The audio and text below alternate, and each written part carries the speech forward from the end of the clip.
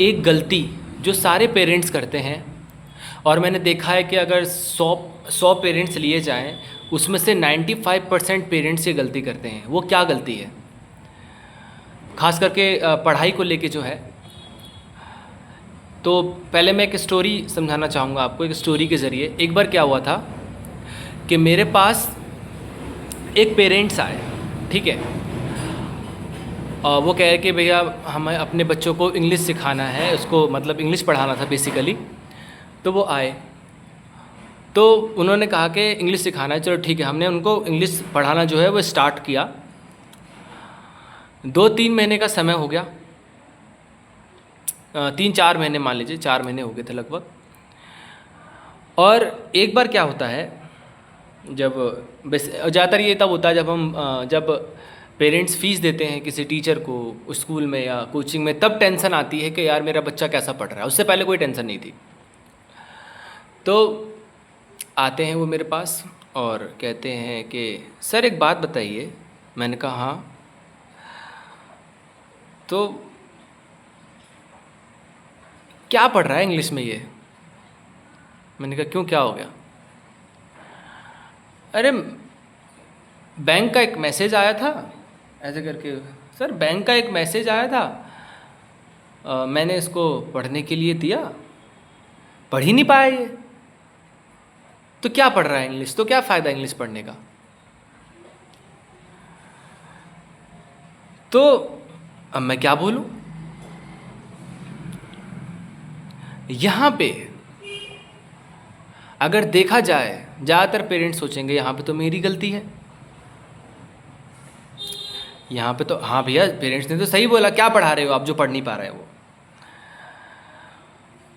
तो मतलब मैंने 4 महीने तक बच्चों को जो है वो बेवकूफ़ बनाया, पढ़ाया कुछ नहीं।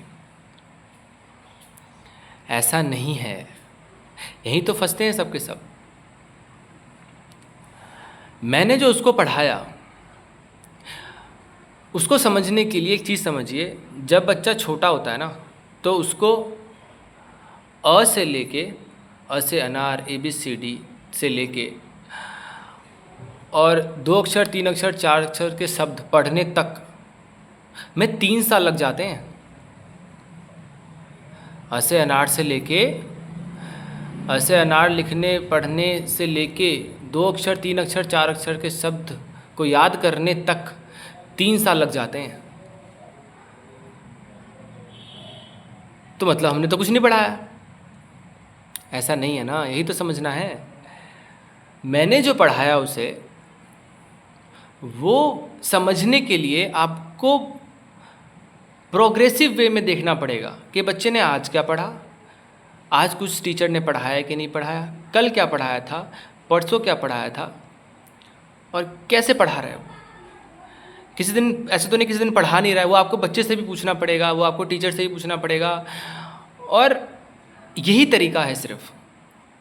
अगर आप ये देखना चाहते हैं कि मेरा बच्चा कहीं पढ़ने जा रहा है तो वो क्या पढ़ रहा है, वो कुछ सीख भी रहा है नहीं सीख रहा है, तो उसके लिए आपको उसकी कॉपी हर दिन चेक करनी पड़ेगी। तभी आपको समझ में आएगा कि टीचर में कमी है कि बच्चे में कमी है। ऐसा नहीं था कि मैंने उसको कुछ नहीं पढ़ाया था, बहुत कुछ पढ़ाया था। पर वो बच्चा जिस लेवल पे है, उस लेवल से बहुत अच्छे लेवल तक पहुंचने में बहुत बहुत महीने या फिर साल भी लग सकते हैं। पर बहुत पेरेंट्स को ऐसा लगता है अच्छे स्कूल भेज देने से, अच्छे ट्यूशन लगा देने से बच्चा सीख जाएगा। ऐसा नहीं है। तो आपको प्रोग्रेसिव वे में देखना है कि आज क्या पढ़ाया, कल क्या पढ़ाया था, परसों क्या पढ़ाया था, तब जाके आपको समझ में आएगा। एक चीज़ आपने गौर की होगी, जब स्कूल में हम पेरेंट्स मीटिंग या कोई भी मीटिंग में जाते हैं तो टीचर आपसे क्या कंप्लेन करता है। आपको कहना चाहिए टीचर को, स्कूल वालों को, कि भैया मेरे बच्चे को आपने क्या सिखाया, अभी तक वो क्या क्या सीख पाया है। ठीक है, आप ये तो देखते नहीं हैं, आप देखते हैं कि नंबर कितना आया है। ठीक है, पेरेंट्स को ये नहीं पता वो जो नंबर वाला खेल है ना, वो खेल वो है कि स्कूल वाले क्या करते हैं कि कुछ क्वेश्चन रटवा दिया जो पेपर में आने वाला है, कुछ क्वेश्चन सॉल्व करवा दिया, कुछ इंपॉर्टेंट क्वेश्चन बता दिए और मार्क्स आ गए। बट हम क्या करते हैं, हम मार्क्स देखते हैं। उसके मार्क्स आ गए फिर भी उसको अपनी क्लास का सॉल्व नहीं करना आ रहा, रीडिंग नहीं करनी आ रही, हिंदी की रीडिंग नहीं आ रही, इंग्लिश की रीडिंग नहीं आ रही, उसको बुक समझ में नहीं आ रही, बट मार्क्स अच्छे आ गए, तो पेरेंट्स चुपचाप वापस लौट के आ जाता है।